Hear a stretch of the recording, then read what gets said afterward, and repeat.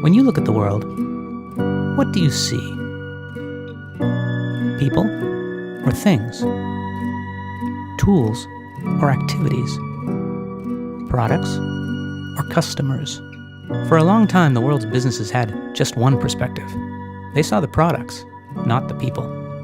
They were in the business of selling things, so that's what they did. Businesses sold, and customers bought. You might call this the era of ownership. Businesses knew they had customers. They saw them every day, but they didn't really know their customers, and so they focused more on what they could sell them than what they wanted. And that was fine, until the thing you bought broke, sat idle, couldn't expand, or became obsolete. And then you had to buy a new one. And that was not what the customer wanted. And that's just sad. But here's the good news. There are a few companies that have had the courage to see the world in a new way. Mavericks, disruptors, reinventors, call them what you will. In just 10 short years, they have changed the way we all see the world. There's the automotive company in Detroit that when it looks at highways, no longer sees vehicles, it sees travelers. Ford. After 115 years and 380 million cars, it's hard to imagine this company changing the way it does business, but that's exactly what's happening.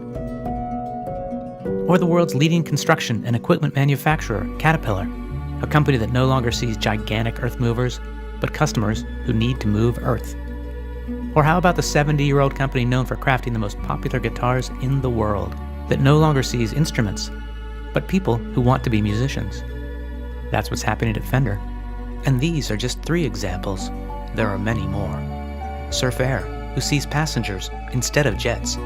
The Guardian, who sees open minds rather than open newspapers. Serve Corp, who sees the work, not the place.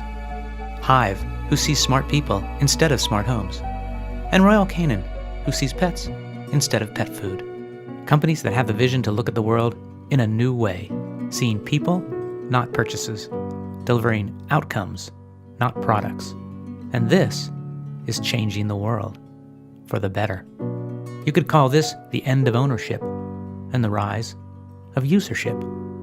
We call it the subscription economy.